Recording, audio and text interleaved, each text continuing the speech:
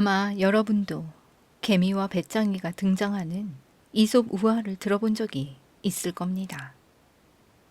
근면한 개미는 겨우내 먹을 양식을 마련하느라 여름 내내 일하는데, 태평한 배짱이는 한가로이 바이올린이나 켜며 더운 계절을 보내죠. 그러다 겨울이 찾아오면 개미는 살아남지만 배짱이는 곤경에 처합니다. 이 우화의 교훈은 뭐죠? 일할 때와 놀 때를 구분하란 이야기겠죠.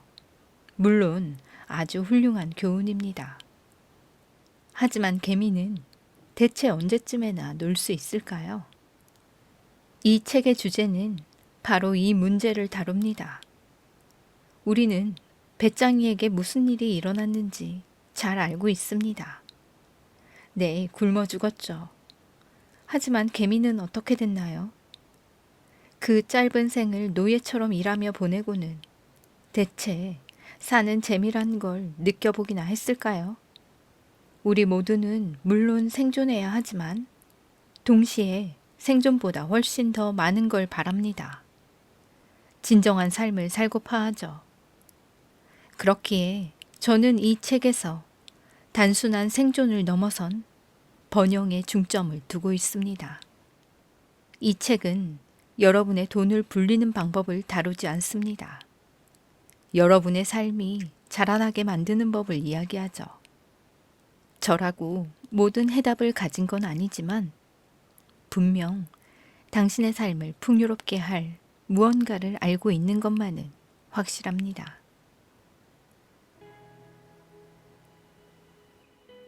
안녕하세요. 책리더입니다. 오늘 소개해드릴 책은 빌 퍼킨스 지음, 김준수 옮김, 마인드빌딩 출판사의 역전하는 법입니다. 우리가 생각하는 역전이라는 단어는 항상 짜릿하고 통쾌한 기분을 주는 단어인 것 같습니다.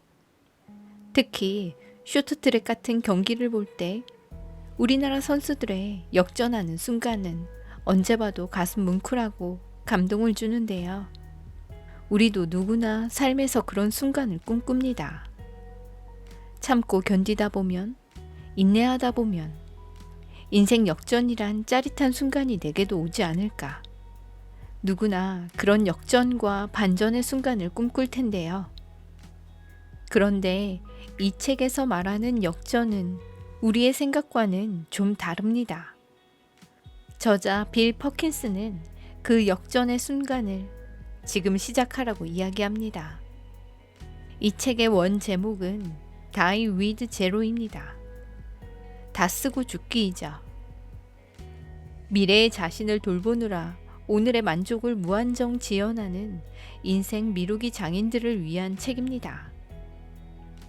특히 한국은 전쟁과 눈부신 성장을 단기간에 이룬 나라이기 때문에 우리 부모님 세대는 일에 대한 헌신적이고도 근면 성실한 사명이 강하게 뿌리박혀 있습니다. 집을 마련하고 자녀의 학비를 감당하기에도 빠듯해서 노후에 대한 대책을 마련해 놓기도 버거운 현실입니다. 또한 지금은 세계 경제의 침체가 지속되고 있고 긍정적인 전망을 기대하기도 어려운 상황이죠.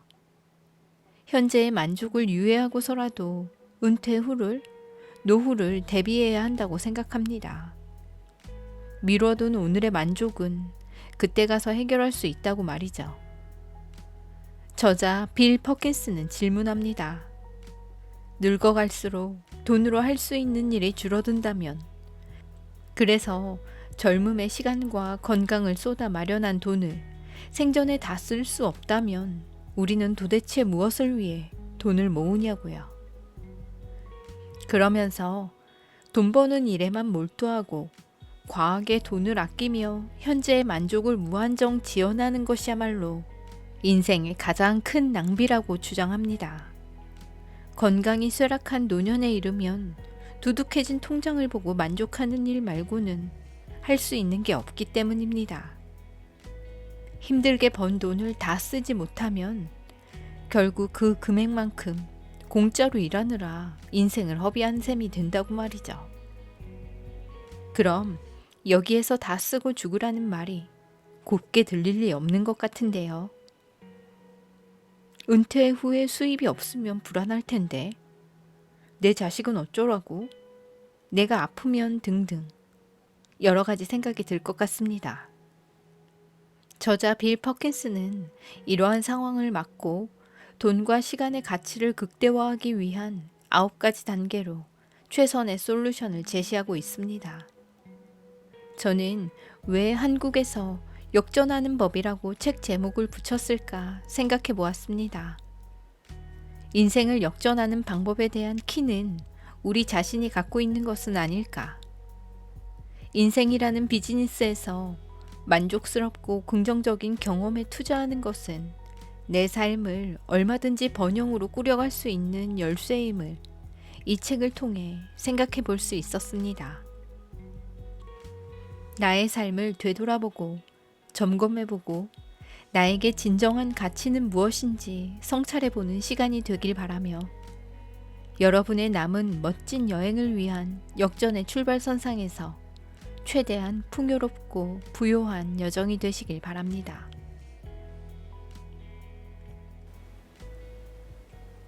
누구나 겪는 문제. 우리 모두가 이런 질문을 어떤 형태로든 마주하고 있습니다. 사람마다 경중은 다를 수 있지만 핵심 질문은 누구에게나 똑같죠. 죽기 전에 남은 생명 에너지를 사용하는 최고의 방법은 무엇일까? 저는 근근히 생활비를 벌었던 예전부터 오랫동안 이 질문에 대해 고심해왔고 시간이 흘러 마침내 몇 가지 합리적 원칙에 이르렀습니다. 그 생각들이 이 책의 근간을 이루고 있죠. 예를 들자면 오직 특정 시기에만 즐길 수 있는 경험도 있다 같은 것들입니다. 90대의 나이에 수상 스키를 즐길 수 있는 사람은 거의 없으니까요. 이런 원칙도 있습니다. 미래에 더 많은 돈을 벌 수 있는 잠재력은 누구에게나 있지만 과거로 돌아가 흘러간 시간을 붙잡는 건 그 누구라도 불가능하다.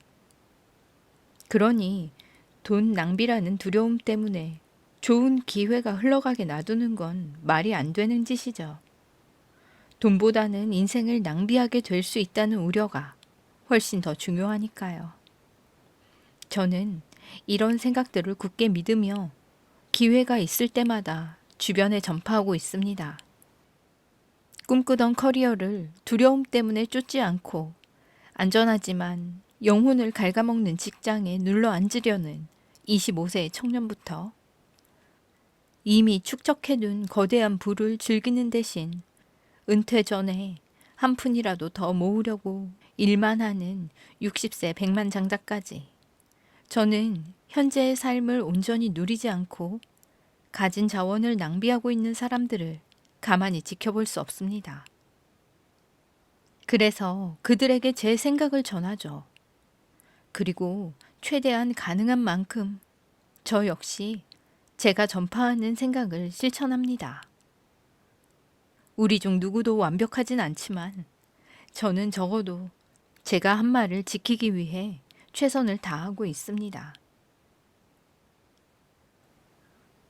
우리는 모두 비슷한 동시에 각자 다르다. 인생을 온전히 누리는 삶의 형태는 여러 가지입니다. 예를 들어 저는 여행과 포커를 좋아합니다.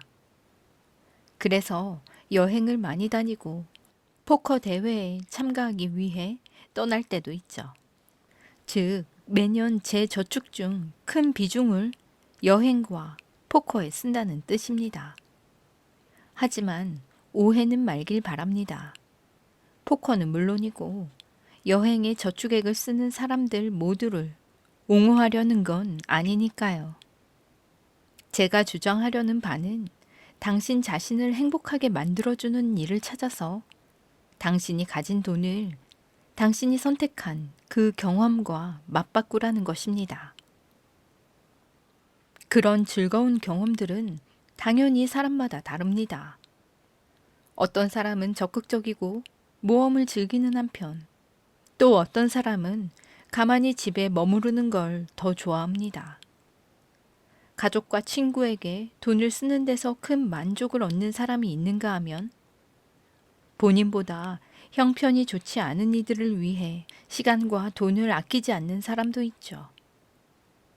그리고 물론 이런 경험들을 복합적으로 즐기기도 합니다. 제 경우 여행을 좋아하는 것만큼이나 제가 관심을 두고 걱정하는 일에 돈과 시간을 쏟는 것 역시 좋아합니다. 은행 구제 금융에 반대하거나 미국령 버진 아일랜드에 허리케인 피해 주민들을 돕기도 하죠. 그러니 어떤 특정한 경험이 다른 경험에 비해 더 우위에 있다고 주장하려는 생각은 결코 없습니다. 다만 인생을 흘러가는 대로 놔두기보다는 어떤 경험을 취할지 신중하고 의도적으로 결정해야 한다는 이야기입니다. 하지만 이 문제는 자신을 행복하게 만드는 경험들을 파악하고 늘 그런 경험에 돈을 쓴다고 해서 해결되는 건 아닙니다. 각각의 경험을 즐기는 우리의 능력이 평생에 걸쳐 바뀌기 때문이죠. 이렇게 생각해 봅시다. 만약 부모님이 어린아이였을 적 당신을 이탈리아 여행에 데리고 갔다고 말이에요. 그 값비싼 휴가에서 과연 당신은 뭘 얻었을까요? 아마 평생 젤라또 아이스크림을 좋아하게 됐다는 정도 아닐까요? 또는 완전히 반대의 경우를 가정해 보세요. 90세가 되어 로마에 가서 스페인 계단을 걸어 오르는 걸 얼마나 좋아할지 말입니다. 그때까지 살아있고 어떻게든 계단을 오를 수 있다면 다행이겠죠. 어느 경제학 잡지의 기사 제목처럼 건강하지 않다면 부자가 된들 무슨 소용이겠어요? 달리 말하자면 자신의 시간과 돈을 최대한 활용하기 위해서는 타이밍이 중요한 겁니다. 일생의 종합적 만족도를 높이고자 한다면 각 연령대에 어울리는 경험을 누리는 게 중요하죠. 무엇을 즐기든 돈이 얼마나 많든 상관없이 통용되는 사실입니다. 그래서 비록 사람마다 인생에 대한 만족도는 다르더라도 우리는 경험의 시간을 적절히 맞출 필요가 있는 겁니다. 시간과 돈이 최고의 효과를 내도록 계획하여 경험에서 얻는 만족을 극대화하는 것은 곧 자신의 인생을 극대화하는 일입니다. 이런 중대한 결정을 내린다는 건 자신의 인생을 책임진다는 뜻이죠. 당신의 인생은 당신 경험의 총합이다. 저는 경험의 가치를 신봉하는 사람입니다. 경험에 반드시 많은 돈이 필요하진 않습니다. 심지어는 공짜일 수도 있지만 가치 있는 경험에는 대기 돈이 들긴 하죠. 평생 잊지 못할 여행, 콘서트 티켓, 기업가로서의 이상이나 새로운 취미 등의 경험에는 돈이 필요합니다. 때로는 많은 돈이 들기도 합니다. 저는 그런 돈은 쓸 가치가 충분하다고 생각합니다. 다수의 심리학 연구를 통해 우리는 물질의 돈을 쓸 때보다 경험의 돈을 쓸 때 더 행복감을 느낀다는 점이 입증되었습니다. 처음에는 신나지만 그 순간이 지나고 나면 금방 기분이 사그라지는 물질적인 소유와는 달리 경험은 시간이 지남에 따라 실질적인 가치가 더욱 높아집니다. 경험이 보상하는 이러한 가치를 저는 추억 배당금이라고 부릅니다. 더 여유롭게 살 수 있는데도 허리끈을 조이고 살면 이러한 경험을 누릴 수 없을 뿐더러 삶의 반경도 한층 좁아지고 말죠. 이처럼 우리의 인생은 곧 우리가 누리는 경험의 총합과도 같습니다. 하지만 한 번의 삶을 최대한으로 누리기 위해서 대체 어떻게 하면 인생의 가치를 극대화할 수 있을까요? 혹은 제가 앞에서 물었듯이 죽기 전에 남은 생명 에너지를 사용하는 최고의 방법은 무엇일까요? 이 질문에 답하기 위해 저는 책을 썼습니다. 죽음을 기억하라. 모든 생명체와 마찬가지로 인간 또한 생존을 위해 진화해 왔습니다. 물론 우리는 단순한 생존 이상을 바랍니다. 예를 들어 제가 여러분에게 생존과 번영 중에 무엇을 택하겠냐고 묻는다면 분명히 번영이라는 답이 나오리라고 확신합니다. 하지만 최고의 삶을 누리려는 우리의 노력은 생존 본능만큼 자연스럽거나 강력하게 발휘되지는 않는 것 같습니다. 죽음 회피는 인간의 최우선 과제이며 다른 모든 것을 압도하는 단일 목표라고 할 수 있죠. 제 친구인 쿠퍼 리치는 이 점을 다음과 같이 잘 표현했습니다. 인간의 뇌는 죽음에 관해서는 비합리적으로 작동하도록 설계되어 있다. 사람들은 죽음이라는 주제를 꺼리며 죽음이 절대 다가오지 않을 것처럼 행동합니다. 그에 대비한 계획을 세우지 않는 경우도 너무나 많죠.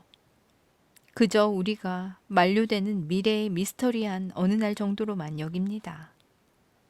죽음에 대한 전면적인 거부는 왜 그토록 많은 사람이 단 몇 주를 더 살기 위해 수만, 심지어 수십만 달러를 지출하는지를 설명해 줍니다. 잘 한번 생각해 봅시다. 그 돈은 그 사람들이 수년 혹은 수십 년을 열심히 일해서 번 돈이잖아요. 병들고 움직일 수 없는 상태로 겨우 몇 주간의 생명을 구입하기 위해서 건강하고 활기찼을 때에 생명 몇 년치를 대가로 치른 셈이죠. 이보다 더 비합리적인 거래가 어디 있겠습니까? 죽고 나면 돈은 아무런 가치가 없습니다. 그래서 여러분에게 다 쓰고 죽어야 한다고 이야기하는 겁니다.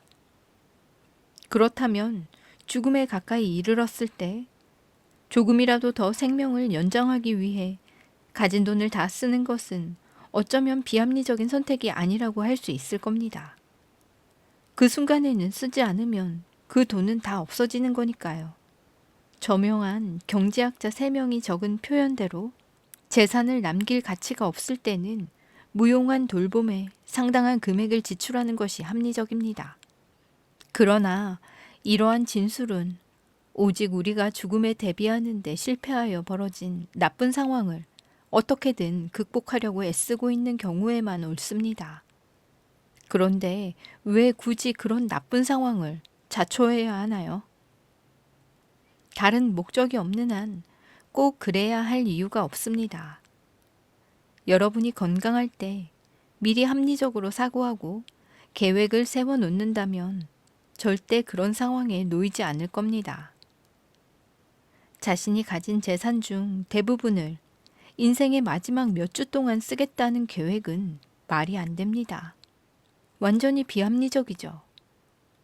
하지만 여기서 문제가 있습니다. 인간은 죽음에 관해 비합리적이고 그건 죽음이 가까운 순간에서도 마찬가지죠. 그래서 우리는 죽기 전에 돈이 바닥날 수 있다는 공포를 더욱 키워왔습니다. 이 공포는 많은 사람이 먼 미래를 위해 과도하게 저축하도록 그리고 그 결과 현재의 삶을 제대로 즐길 수 없도록 만들 만큼 충분히 거대해졌죠. 그러나 죽음과 건강 악화는 누구에게나 실제로 일어날 수 있는 일이므로 미래에 찾아올 사망일은 현재 우리의 행동에 당연히 영향을 미칩니다. 한 단계씩 우선 가장 극단적인 경우부터 생각해 봅시다. 만약에 여러분이 내일 당장 죽게 될 걸 알게 됐다면 오늘 여러분의 행동과 활동은 분명히 달라질 겁니다. 심지어는 180도로 완전히 바뀔 수도 있겠죠. 이제 수위를 한 단계만 낮춰서 앞으로 이틀 뒤에 죽는 경우에는 방금 전 경우와는 약간 다르겠지만 50년 혹은 70년 더 살 날이 남은 경우에 비하면 여전히 크게 다르겠죠. 이제 죽는 날까지 사흘이 남은 경우 여러분의 행동이 어떻게 달라질지 생각해 봅시다. 혹은 365일이 남았다면 어떨까요? 이제 여러분에게 남은 날이 14,000일 혹은 25,000일이라고, 아니 그 이상의 어떤 숫자에 도달할 때까지 이러한 루프가 계속 반복된다고 상상해 보세요. 이런 생각을 실제 죽는 날까지 계속하면 여러분의 계획은 어떻게 바뀌게 될까요? 제가 여러분에게 오늘이 인생의 마지막 날인 것처럼 살아야 한다고 이야기하지 않는다는 점에 유의해 주세요. 우리는 늘 현재를 살아가는 일과 미래를 계획하는 일 사이에서 균형을 맞춰야 하지만 사망일에 따라 이 균형은 조금씩 기울어집니다.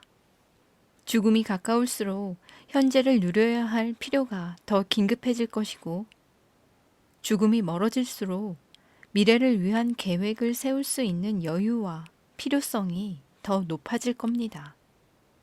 하지만 우리가 자신의 사망일을 전혀 살펴보지 않는다면, 마치 영원히 살기라도 할 것처럼 군다면 올바른 균형을 맞출 방법은 없습니다. 마찬가지로 죽음에 대한 생각은 괴로움을 유발할 수 있기에 우리는 죽음에 대해 생각하는 것을 되도록 피하려고 합니다. 죽음이 결코 찾아오지 않을 것처럼 행동합니다. 그렇게 멋진 경험을 계속 미루면서 인생의 마지막 한 달 동안 평생 미뤄두기만 했던 모든 경험을 손쉽게 누릴 수 있을 것처럼 행동하죠. 물론 불가능한 일입니다. 완전히 비합리적인 이야기죠. 이런 이야기가 끔찍하게 들릴 수 있고 여러분을 불편하게 만들 거라는 점을 잘 압니다. 하지만 그럼에도 저는 저의 사망 예정일까지 남은 일자를 계산해주는 파이널 카운트다운이라는 앱을 사용하고 있으며 주변 친구들에게도 권해왔습니다. 이 앱이 사람을 얼마나 불안하게 만드는지도 압니다만, 죽음을 상기하는 것은 한 사람의 인생에 절실한 긴급성을 부여합니다. 예를 들어서 마지막 날까지 몇 주가 남아있는지를 보면서 저는 제가 누릴 수 있는 주말이 얼마나 많은지 혹은 적은지 스스로 상기하곤 합니다. 남아있는 연수를 보면서는 몇 번의 크리스마스를 즐길 수 있는지, 또 몇 번의 여름 혹은 가을을 누릴 수 있을지 떠올려 보죠. 이런 알림들을 눈으로 직접 확인하면서 제 생각과 행동은 바뀌었습니다. 어떤 사람을 만날 것인지와 주변 사람들에게 사랑한다고 말하는 횟수 같은 것들 말이에요. 파이널 카운트다운 앱은 죽음이 존재하지 않는 듯이 행동하게 만드는 자동 조종 본능에 제가 대항할 수 있게 해줍니다. 물론 죽음은 존재합니다. 이후에 설명하겠습니다만 실제로 우리 모두는 마지막 최후의 죽음에 앞서 1000번의 죽음을 경험하게 됩니다. 그리고 파이널 카운트다운은 우리가 그런 현실을 더욱 절감하면서 인생을 살 수 있도록 도와주는 도구인 것이죠. 제가 말하려는 바는 다 쓰고 죽기란 단지 돈에 관한 것만이 아니라는 점입니다. 시간에 대한 이야기이기도 한 거죠. 한정된 시간과 생명 에너지를 어떻게 사용할지에 대해 더 많이 생각해 보세요. 그러면 누릴 수 있는 가장 충만한 삶에 순조롭게 이룰 수 있을 겁니다. 후회 없는 삶. 과도하게 지연된 만족과 그로 인한 후회를 맞이하는 문제는 인생의 마지막 순간에 단 한 번 발생하는 게 아닙니다. 밝은 미래를 위해 학창시절의 즐거움을 놓쳐버리는 모범생 10대부터 승진에 목매느라 다시는 찾아오지 않을 10대 자녀와의 대체 불가능한 경험을 계속해서 놓쳐버리는 중년의 아버지에 이르기까지 인생의 모든 시기마다 일어날 수 있는 일이죠.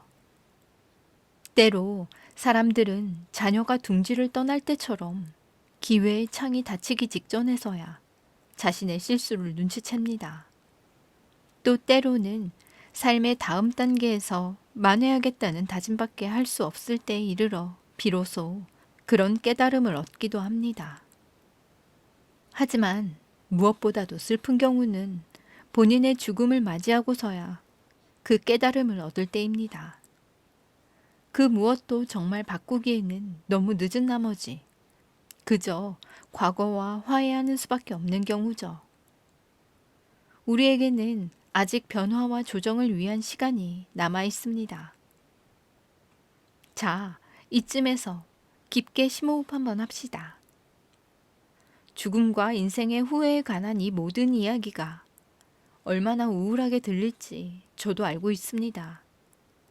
결국에는 잃게 될 것에 대해 여러분 스스로가 깨닫게 하려는 것이지만 그로 인해 잃은 슬픔을 안기게 되리라는 점 또한 알고 있죠. 그러나 여러분이 믿을지는 모르겠지만 곧 다가올 상실을 미리 생각하는 것이 우리를 더 행복하게 만들어줍니다. 대학 신입생들을 대상으로 한 어느 실험에서 그 이유가 밝혀진 바 있죠. 심리학자로 구성된 연구진이 젊은 학생들에게 30일 뒤 멀리 이사하게 될 거라고 상상하면서 그에 따라 앞으로 30일간의 계획을 짜보라고 주문했습니다. 어쩌면 지금 학교 내에 좋아하는 장소에서 특별한 사람들과 시간을 보낼 수 있는 마지막 기회일 수도 있다고 상상하면서요. 그러니까 학생들에게 캠퍼스에서 남은 시간을 충분히 즐기라고 한 셈입니다. 그런 다음 연구진은 학생들에게 매주 어떤 일을 했는지 적어내라고 요구했습니다. 반대로 대조군의 신입생들에게는 어떤 상상을 요구하거나 특별한 주문을 하지 않았습니다. 이 학생들은 그저 일상적인 활동을 하면 됐죠. 과연 어떻게 됐을까요? 예상할 수 있듯이 첫 번째 그룹의 학생들이 두 번째 그룹보다 30일 뒤에 더 행복해졌습니다. 뭔가 더 많은 활동을 했든 아니면 일상적인 일에서 더 큰 즐거움을 짜냈든 시간이 제한되어 있다는 생각만으로도 분명 효과가 발휘된 겁니다. 이 실험이 시사하는 바가 뭘까요? 시간이 한정되어 있다는 점을 인식함으로써 우리는 허락된 시간을 최대한 활용하고자 하는 동기를 확실히 부여받게 된다는 거죠. 이런 효과는 새로운 곳으로 휴가를 떠나려 할 때 경험할 수 있습니다. 일주일 뒤에 휴가지에 도착할 예정이라는 걸 아는 관광객은 그곳의 명소, 일정, 고유한 경험들을 미리 계획하곤 하죠. 친구를 만나는 경우라면 그들과 함께 즐거운 시간을 보내면서 매 순간을 즐기려 할 겁니다. 즉, 시간을 희소자원으로서 다루기 위해 의식적으로 최대한의 노력을 기울이겠죠. 그런데 다시 집으로 돌아온 뒤의 일상은 매우 다릅니다. 자신이 사는 지역에 매일 보는 명소는 그냥 당연하게 여기고 말겠죠. 그건 우리가 다른 고민거리와 일상의 책임감에 치여 살기 때문만도 늘 휴가 중인 듯이 사는 게 현실적이지 않기 때문만도 아닙니다. 그 이상의 이유가 있죠. 사람들 대부분 집 근처에서는 시간에 긴급함이 없다고 생각하기 때문입니다. 우리는 언제라도 주변의 박물관이나 인근 해변을 방문하고 친구를 만날 수 있을 것처럼 행동합니다. 그렇기에 저녁 시간을 TV 시청으로 보내거나 주말도 허비해버리죠. 정리하자면 뭔가를 풍부하고 무한하다고 여긴다는 것의 진실은 우리가 그 가치를 얕잡아 본다는 뜻입니다. 그러나 우리가 삶의 각 단계에서 쓸 수 있는 시간은 절대 무한하지도 풍부하지도 않은 것이 현실이죠. 이 책에서 다루는 다른 주제들과는 달리 삶의 각 단계에 주어진 시간도 유한하다는 이 생각은 돈과는 관련이 없습니다. 네, 우리가 삶의 각 단계에서 누릴 수 있는 특정한 경험은 돈과 직접 연관되어 있지만 유한한 시간이라는 현실과 그의 함축된 의미는 그렇지 않다는 거죠. 사람들은 흔히 나는 늘 저 등산로를 따라 걷고 싶었어 라거나 아이들과 함께 이런저런 곳에 놀러 가는 걸 늘 바랐어 하고 입버릇처럼 이야기하는데, 이런 경험들에는 모두 그에 맞는 예산이 필요합니다. 일생에서 누리고 싶은 경험을 계획하면서도 과도한 지연을 피할 수 있도록 인생의 단계에 대한 인식을 높일 수 있는 간단한 도구를 하나 제안해 보도록 하겠습니다. 타임 버킷에서 배워라. 타임 버킷은 자신의 삶이 어떤 모습이길 바라는지 크게 넘겨짚어 알아내기 위한 간단한 도구입니다. 이렇게 해보세요. 지금부터 죽을 때까지 자기 인생의 타임라인을 쭉 그려본 다음 5에서 10년 주기로 나눠보는 겁니다. 30세부터 40세 혹은 70세부터 75세처럼 몇 년씩 임의로 묶은 각 주기가 바로 타임 버킷인 거죠. 그런 다음 살면서 반드시 경험해보고 싶은 활동이나 이벤트가 무엇인지 떠올려 보세요. 누구에게나 저마다의 꿈이 있지만 제가 알게 된 바에 따르면 그 꿈들을 하나의 목록으로 직접 작성해 보는 게 큰 도움이 됩니다. 반드시 완성된 목록일 필요는 없습니다. 지금 당장 앞으로 뭘 원하게 될지 다 알 수 없죠. 우리가 만나게 될 새로운 경험과 사람으로 인해 예기치 못했던 새로운 관심사가 드러날 수 있기 때문입니다. 인생이란 결국 발견이잖아요. 이렇게 작성한 목록을 나중에 다시 들여다보고 수정할 수도 있습니다. 하지만 확신하건대 여러분은 이미 인생의 어느 지점에 어떤 경험을 누리고 싶은지 적어도 한 가지 이상은 생각해 본 적이 있을 겁니다. 예를 들어 이런 것들이죠. 아이를 갖고 싶어. 보스턴 마라톤에 참가하고 싶어. 히말라야를 등반할 거야. 집을 지어야지. 특허를 출원하겠어. 내 사업을 시작하고 싶어. 스키를 50번 탈 거야. 오페라 관람을 하고 싶어. 알래스카로 크루즈 여행을 떠날 거야. 고전 소설 20권을 읽겠어. 옐로스톤 국립공원을 방문하겠어. 무엇이든 아이디어를 내보세요. 원하는 만큼 창의적으로. 이 목록은 여러분이 어떤 사람인지를 보여주는 독특한 표현법이 될 겁니다. 우리의 인생 경험이 곧 우리를 만들기 때문이죠. 여기서 핵심은 목록을 작성할 때 돈 걱정은 하지 말라는 겁니다. 이 시점에서 돈은 자신이 바라는 삶의 모습을 그려보겠다는 궁극적인 목적에 방해만 될 뿐입니다. 자신만의 목록을 완성했다면 이제 각각의 경험을 언제 하는 게 가장 이상적일지 생각하면서 각 항목을 특정 버킷들에게 채워 놓으세요. 예를 들어 스키 50회 타기라는 경험을 어느 버킷에서 누리고 싶은가요? 여기서도 마찬가지로 돈에 대해서는 아직 생각하지 않기로 합니다. 그보다는 각 경험을 정말 언제 누리길 원하는지에 집중하세요. 이렇게 버킷을 결정하는 일 중에서 다른 일에 비해 더 쉬운 결정이 있을 겁니다. 아마도 일생에서 즐기고 싶은 아주 멋진 경험에 대해 이미 여러분이 확고하게 생각해둔 바가 있을 테니까요. 예를 들자면 여타의 위시리스트를 작성할 때는 아무 때나 먼 곳으로 여행하기를 집어넣을 수 있죠.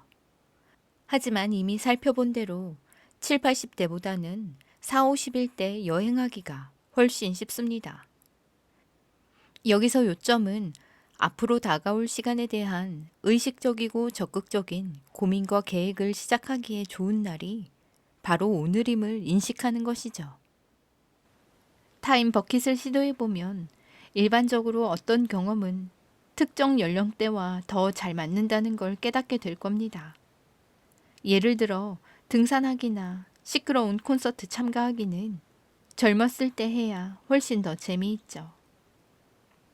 신체적인 활동이 많이 요구되는 활동일수록 인생의 타임라인 중 왼쪽에 쏠리는 경향을 보이는 건 놀랍지 않습니다. 80세에 스키를 타는 건 거의 어려울 테니까요. 네, 물론 70대에도 보스턴 마라톤에 참가하는 사람도 있습니다. 실제로 캐서린 바이어스라는 85세의 아주 건강한 여성이 완주한 예외도 있었죠. 하지만 이런 사람들은 평범과는 거리가 먼 아웃라이어입니다. 보스턴 마라톤은 그녀의 14번째 대회였죠. 불가능하지만 가치 있는 목표를 향하여. 제가 여러분에게 부여한 임무는 불가능한 것입니다.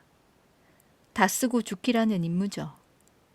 이 책에서 제시한 모든 규칙을 따르고 건강과 기대 수명을 면밀히 추적하고 매일 자신의 재정 현황을 다시 계산해 볼 수 있겠지만 그래도 정확히 제로를 맞추지는 못할 겁니다. 마지막 숨을 내쉬는 그 순간에도 주머니 속에 여전히 몇 푼의 돈이 남아 있을 수도 있고 어쩌면 은행에 좀 더 많은 돈이 예금되어 있을지도 모르죠. 그러니 기술적인 관점에서 여러분은 결국 다 쓰고 죽기에 실패하게 될 것입니다. 그건 어쩔 수 없는 일이에요. 괜찮습니다.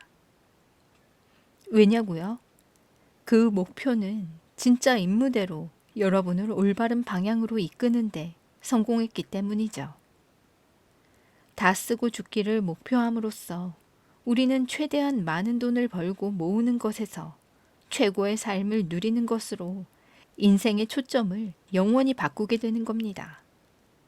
다 쓰고 죽기가 가치 있는 목표인 이유가 바로 여기에 있습니다.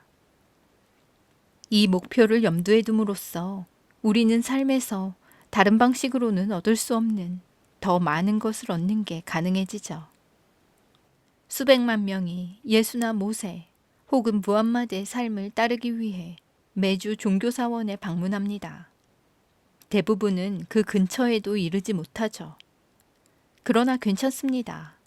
우리 중 누구도 완벽하지 못하며 우리 중 가장 덕망이 높은 사람이라고 해도 늘 친절하고 현명하고 용감한 것은 아니니까요. 그러나 이런 이상향을 추구함으로써 우리는 올바른 방향을 향해 계속 전진할 수 있습니다. 적어도 조금 더 친절하고 현명하고 더욱 용감해질 수 있죠. 다 쓰고 죽기라는 이상 또한 마찬가지입니다. 끝내 목표를 정확히 맞추지는 못할 겁니다. 하지만 최선을 다하고 얼마간의 운이 따라준다면 아예 시도하지 않는 경우보다 그 목표에 더 가까워지겠죠. 그러니 계속하세요. 여러분의 인생을 최대한 누리게 될 뿐 아니라 여러분에게 허락된 유일한 삶을 구원하는 일입니다. 제 메시지로 인해 적어도 여러분이 한 사람의 인생에 대한 표준적이고 관습적인 접근법을 의심하게 되길 바랍니다. 좋은 직업을 얻어 근면히 노력한 끝에 60, 70대가 되어 은퇴해서는 소위 말하는 인생의 황금기를 누리면 된다는 생각 말이에요. 이렇게 묻겠습니다.